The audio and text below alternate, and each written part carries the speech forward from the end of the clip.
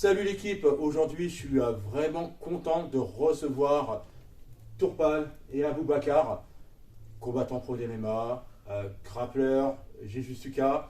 Ils ont fait l'honneur de venir s'entraîner avec nous au sein de SBX à JJB à Montreux et on a profité de l'occasion pour faire une vidéo pour ma chaîne YouTube comme vous le savez. Et forcément on va parler entre autres de préparation mentale, mais pas que, ça va être une petite discussion entre nous. Très sympa, très intéressante. Je vais laisser se présenter et on va commencer tout de suite aux questions. Vas-y, à toi, Tourpal.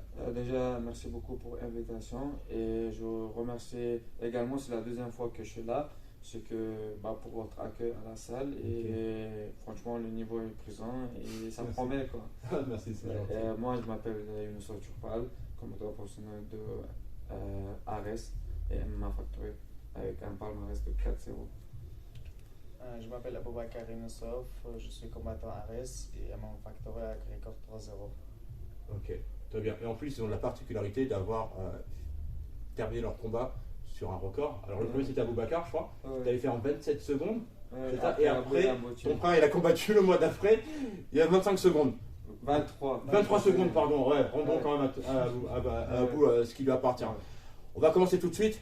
Moi, j'ai une question simple, les gars, c'est comment, et si vous le faites, est-ce que vous avez des exercices alors, de préparation mentale, d'imagerie, de visualisation ou de respiration avant vos combats MMA ou avant vos compétitions JJB quand vous en faisiez? Moi, personnellement, il n'y a pas une préparation exceptionnelle ou un truc à part. Bien sûr, on visualise beaucoup ce qu'on va faire, notre game plan, parce que on n'est pas ce genre de combattant qu'on rentre dans le combat et on improvise en fait. Nous, on prépare, chaque combat c'était préparé, on savait comment il bouge notre adversaire et tout. Et même quand on rentre dans le combat, le tunnel, dans notre tête, c'était juste ce que je vais faire là. Je vais rentrer, je vais bouger, je vais voir comment il réagit. En fait, on visualise beaucoup. Pareil pour mon frère aussi. Ouais. Super. Et une fois que tu as un game plan qui est déjà préparé, tu sais très bien que tu as fait une préparation de ouf derrière pendant 2 mois. Là, le stress, ça part automatiquement. Je me suis dit toi-même dans la tête, j'ai fait tout ce que je peux faire. Là, il me reste le plus facile combattre. Et voilà. Et maman, une fois qu'on check, ça part tout. Je pense qu'à lui, tu sais qu'il n'y a que lui et toi dans la cage. Il y a maximum les pires trucs qui peut arriver, tu vas perdre, c'est tout. C'est ça. Tu vas pas mourir, donc C'est ça. voilà, aucun stress. En plus, c'est vrai que par rapport à ce que tu dis là, ça fait écho parce que quand tu dis quand vous dites que vous visualisez beaucoup et que vous mettez toutes les chances de votre côté, c'est ce que je leur dis souvent à mon équipe. Donc, vous avez bien vu à la fin, c'est qu'il faut avoir l'attitude de champion avant d'avoir la ceinture ou les médailles. Et après, la médaille, la ceinture arrive au final. Mais tant que tu contrôles ta préparation, ton game plan et votre nutrition, parce que je sais que vous travaillez avec Antoine, d'ailleurs qu'on salue au passage.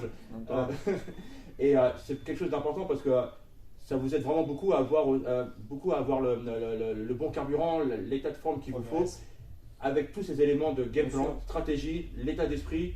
Et ça vous aide beaucoup. La confiance en fait. C'est Tu ça. as une confiance en toi parce que tu sais que tu as fait toutes les étapes et tu es prêt en fait, que ce soit physiquement, que ce soit mentalement. Et tu dis, si aujourd'hui par exemple, si la personne gagne, c'est qu'il était meilleur que toi, il n'y a pas d'excuse. Tu vois. Et chez nous les Tchétchéniens, on a un défaut. On a un trop grand ego et fierté, on va dire. Même si on est blessé, on veut continuer. Avant, je faisais la même chose et j'avais blessure partout au genou. J'ai continué quand même. Et finalement, j'ai eu une grande blessure pendant 1 an, etc. Puis après, quand je suis revenu, j'ai une petite blessure, j'arrête. Je vais chez le médecin, je fais la radio, je fais tout ce qui. Et c'est pas la honte ou un truc comme ça, c'est bien pour toi. Je préfère rater 1 semaine à lieu de rater 1 an, tu vois. Exactement. Et ça t'aide beaucoup pour Mais c'est vrai que tu prends ça avec expérience. Oui, c'est ça. Et c'est ce que je leur dis souvent à l'équipe, tu vois, comme j'ai la double casquette de prof de grappling JJB et à la fois préparateur mental. Vous avez vu, il y en a qui sont blessés, mais ils viennent s'entraîner quand même.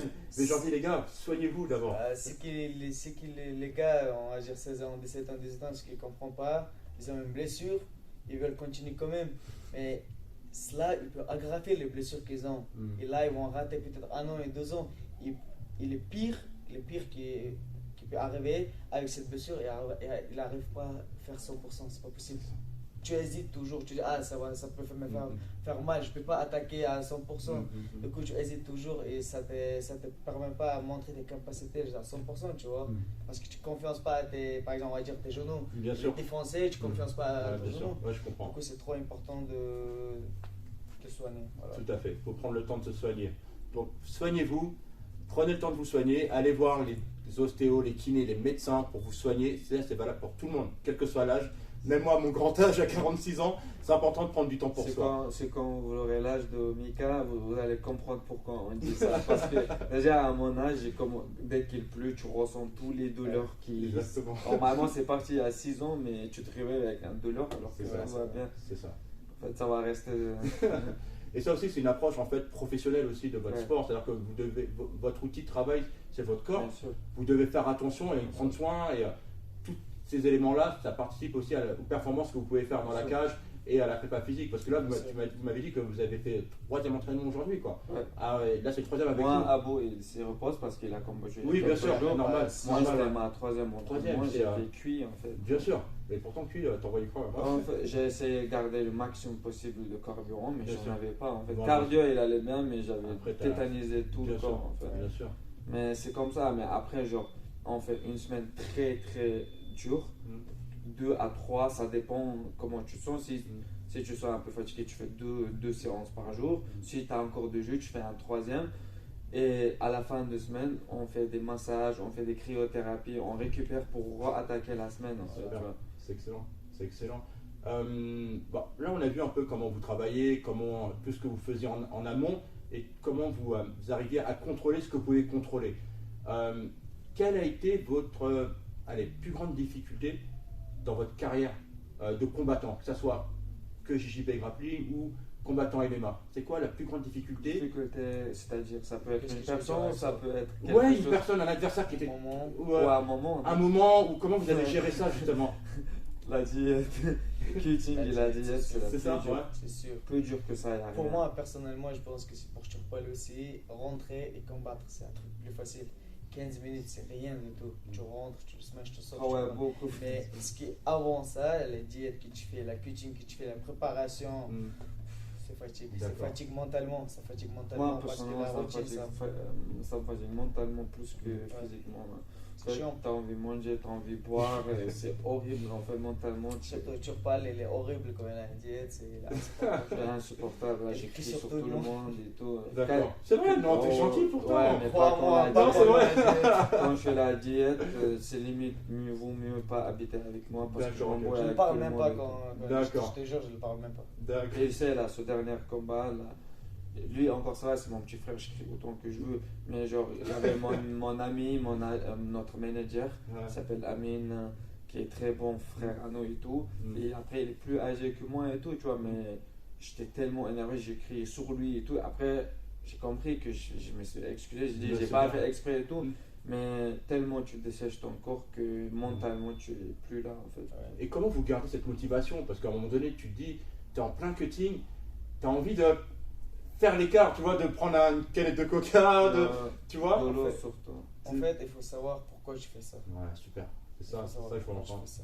Parce que si tu fais ça, finalement, on va dire, vas-y, tu gagnes 50 €, je sais pas, t'as rien derrière.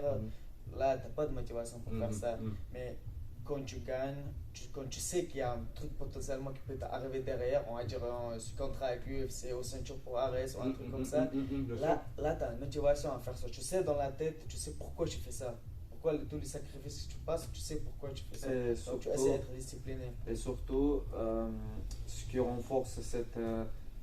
comment te dire, ce objectif que tu as, ce qui renforce, une fois tu as fait peser, et une fois tu gagnes le combat, alors que normalement à chaque fois quand je dis je ferai plus jamais ça, j'en peux plus, j'arrête, je travaille comme un humain normal, tu vois, de matin, de soir et tout. Dans ta tête tu as des pensées, moi personnellement j'ai des pensées comme ça, je dis pourquoi je fais ça, pourquoi je travaille pas comme des gens normaux, je mange matin, soir, tranquille, mais une fois tu rentres dans la cage et tu finis, tu gagnes, tu sais pourquoi tu as fait. Envie, et pour te dire la vérité, par exemple pour le combat de mon petit frère, je voulais pas assumer moi-même, mais j'avais cette envie de faire cutting. Je voyais mon frère souffrir et tout, et Et je voyais intérieurement, j'avais envie de faire ça, alors que je déteste de tout mon cœur.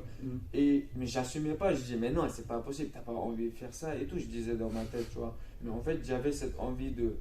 Et quand tu fais ça, en fait, tu fais ça, t'as un objectif dans la vie, tu vois. C'est ça. Et voilà, moi je suis comme ça, on est comme ça.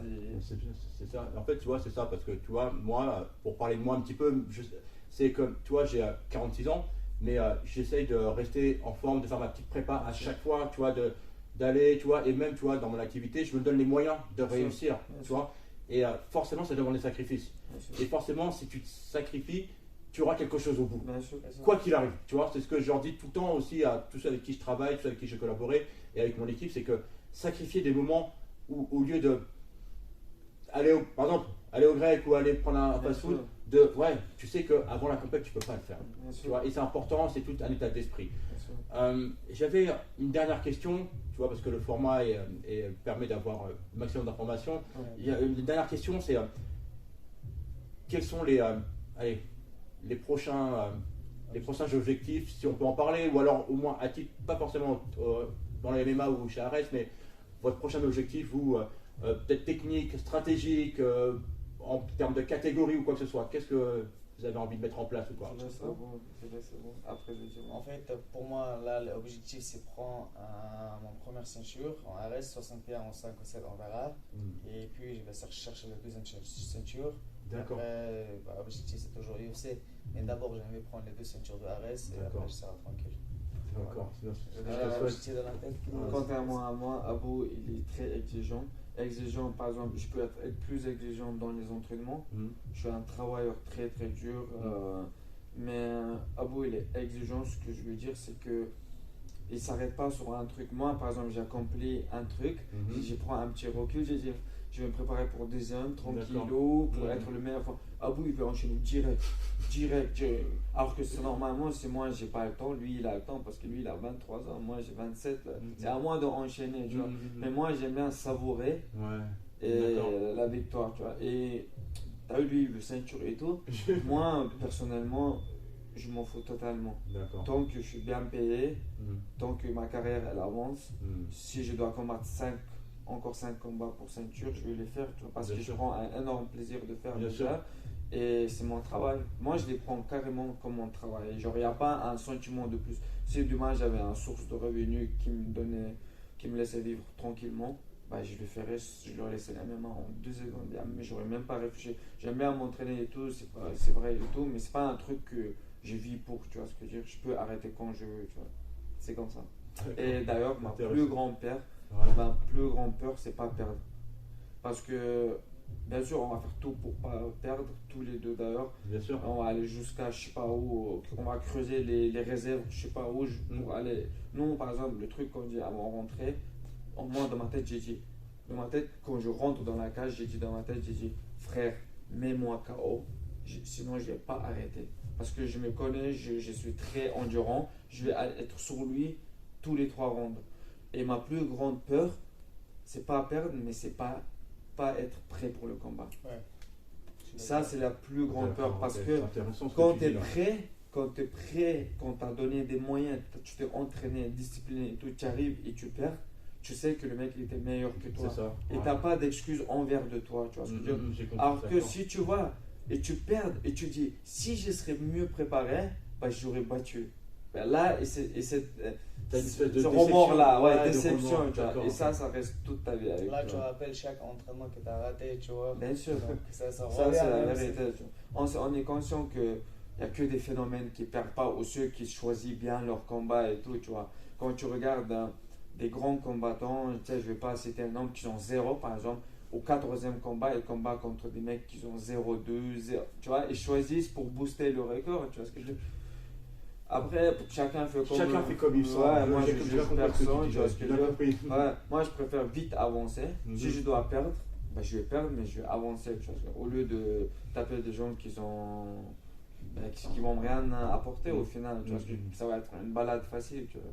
Chaque fois Lopez nous propose quelqu'un, c'est notre coach, c'est toujours quelqu'un qui est plus expérimenté que nous. C'est bien ça. Donc on accepte.